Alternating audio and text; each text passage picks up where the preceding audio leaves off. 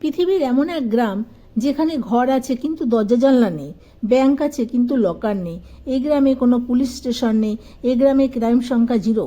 এই গ্রামে কোনো চুরি ডাকাতি হয় না। বহুদিন আগে দুইজন চোর চুরি করতে এসে একজন অন্ধ হয়ে যায় আর একজন অ্যাক্সিডেন্টে মারা যায়। কারণ হলো এই কালো পাথরটি। এটি কোনো সাধারণ পাথর নয়, এই পাথরটি হলো ন্যায়ের দেবতা শনিদেব। ইনি নিজের হাতেই অপরাধীকে শাস্তি দেন। মন্দিরের পুরোহিতের কথা অনুযায়ী এই পাথরটি নদীর জলে ভেসে এসেছিল।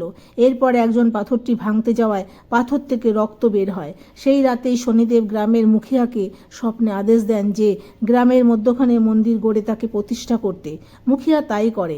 এরপর থেকে দেখা যায় কেউ কোনো রকম ক্রাইম করলে সে একা একাই কোনো না কোনো রকমভাবে শাস্তি পেয়ে যায়। এরপর থেকে মানুষের মনে বিশ্বাস হলো কেউ কোনো অন্যায় করলে স্বয়ং শনিদেব তাকে শাস্তি দেবে। এই কারণে এই গ্রামে কেউ কোনো অন্যায় কাজ করে না।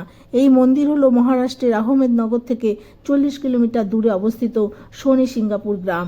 মান্যতা আছে এখানে শনিদেব খুবই জাগ্রত। একটুখানি সর্ষের তেল দিয়ে অভিষেক করলে বড় ঠাকুর সকলের মনস্কামনা পূরণ করেন। এই জন্য প্রতিদিন এখানে হাজার হাজার ভক্ত বড় বাবা দর্শন করতে আসে। কমেন্টে বড় বাবা লিখে আশীর্বাদ নেবেন। জয় শনিদেব।